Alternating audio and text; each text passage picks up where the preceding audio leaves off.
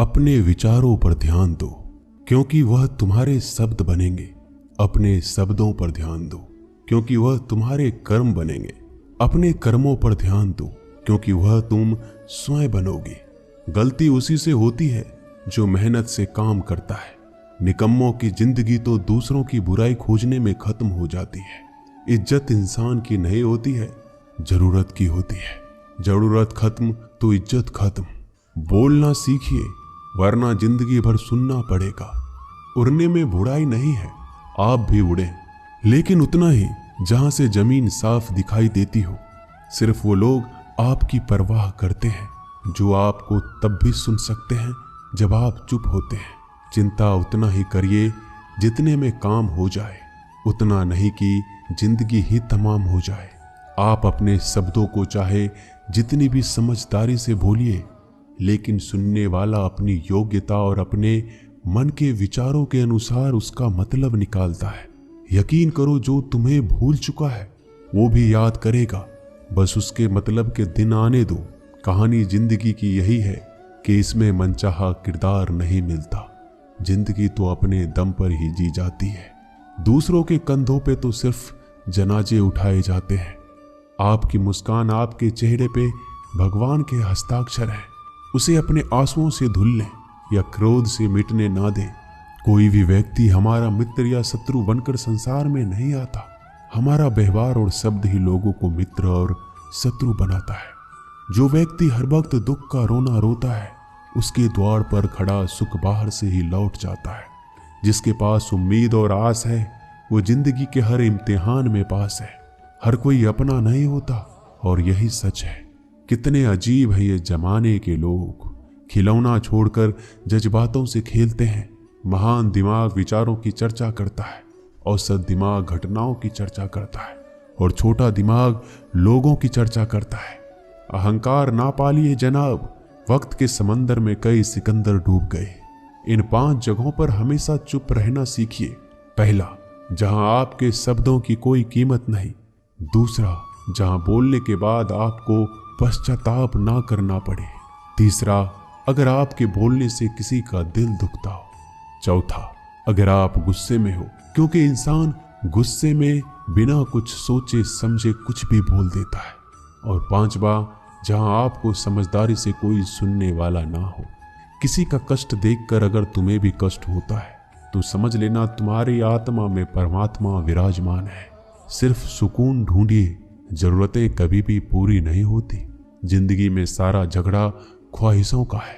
ना तो किसी को गम चाहिए, ना किसी को कम चाहिए। जिसके इरादे हमेशा साफ होते हैं, कई बार लोग उसी के खिलाफ होते हैं। जो तुमसे तंग आ जाए उसे छोड़ दो, क्योंकि बोझ बन जाने से याद बनना बेहतर है। झूठ की खरीदारी ज्यादा दिन तक नहीं टिकती। सच एक ही सही अंत तक साथ देता है। किसी इंसान के आज को देखकर उसके भविष्य का मजाक मत उड़ाओ, क्योंकि समय में इतनी शक्ति है कि वो कोयले को भी धीरे धीरे हीरे में बदल देता है। समय जब फैसला करता है तो गवाहों की जरूरत नहीं पड़ती। इंसान का काम तमाम करने वाला शब्द है। कल करूंगा, ना तो अधिक बोलना अच्छा है, ना ही जरूरत से ज्यादा चुप रहना। जैसे बहुत अधिक वर्षा होना भी अच्छी बात नहीं है, और बहुत अधिक धूप भी अच्छी नहीं होती। विचार कीजिए, हमारा जन्म हमारी मर्जी से नहीं होता, ना हमारा मरण हमारी मर्जी से होता है। इस जन्म मरण के बीच में होने वाली सारी व्यवस्था हमारी मर्जी से कैसे हो सकती है। जिंदगी में हर मौके का फायदा उठाओ, पर किसी के मजबूरी का नहीं। अगर जिंदगी मौका देती है तो धोखा भी देती है। जिंदगी की सबसे अच्छी दवा है जिम्मेदारी। एक बार पी लीजिए साहब, जिंदगी भर थकने नहीं देगी। जीवन में प्रयास सदैव कीजिए। लक्ष्य मिले या अनुभव, दोनों ही अमूल्य है। जिंदगी में तकलीफें तो हवा के झोंकों सी होती है, जो आती है और चली जाती है, पर ये जब जब आती है तो सभी के नकाब उतार कर जाती है। जो आपने सोचा है जरूरी नहीं कि वो मिल जाए, मगर जो भगवान ने सोचा है वो आपको जरूर मिलेगा। इंसान कर्म करने में अपनी मनमानी कर सकता है, मगर फल भोगने में अपना वो होता है जिसके साथ बातें खुलकर की जा सके। ना कि संभल कर मनुष्य अहंकार और गलतफहमी के कारण महत्वपूर्ण चीजों से दूर रहता है। गलतफहमियां सच नहीं बताती और अहंकार सत्य को देखने नहीं देता। अगर आपके साथ जिंदगी खेल रही है तो आप निश्चित ही एक बेहतरीन खिलाड़ी होंगे। जिंदगी का काम है ठोकर मारना। बिखरना है या निखरना है ये तो आप पर निर्भर करता है। आज तुम्हारे जीवन में कितनी मुसीबतें हैं इससे कोई फर्क नहीं पड़ता। फर्क पड़ता है तो बस इस बात से कि तुम उसका सामना कैसे करते हो। मनुष्य को इस संसार में जो भी मिला है उसमें उसको खुश रहना चाहिए। जो नहीं मिला है उसके लिए दुख नहीं मनाना चाहिए। इंसान ने जितना उसके लिए सोचा है भगवान ने उसके लिए उससे ज्यादा सोच कर रखा है। इसलिए कभी भी किसी चीज के बारे में चिंता मत करो।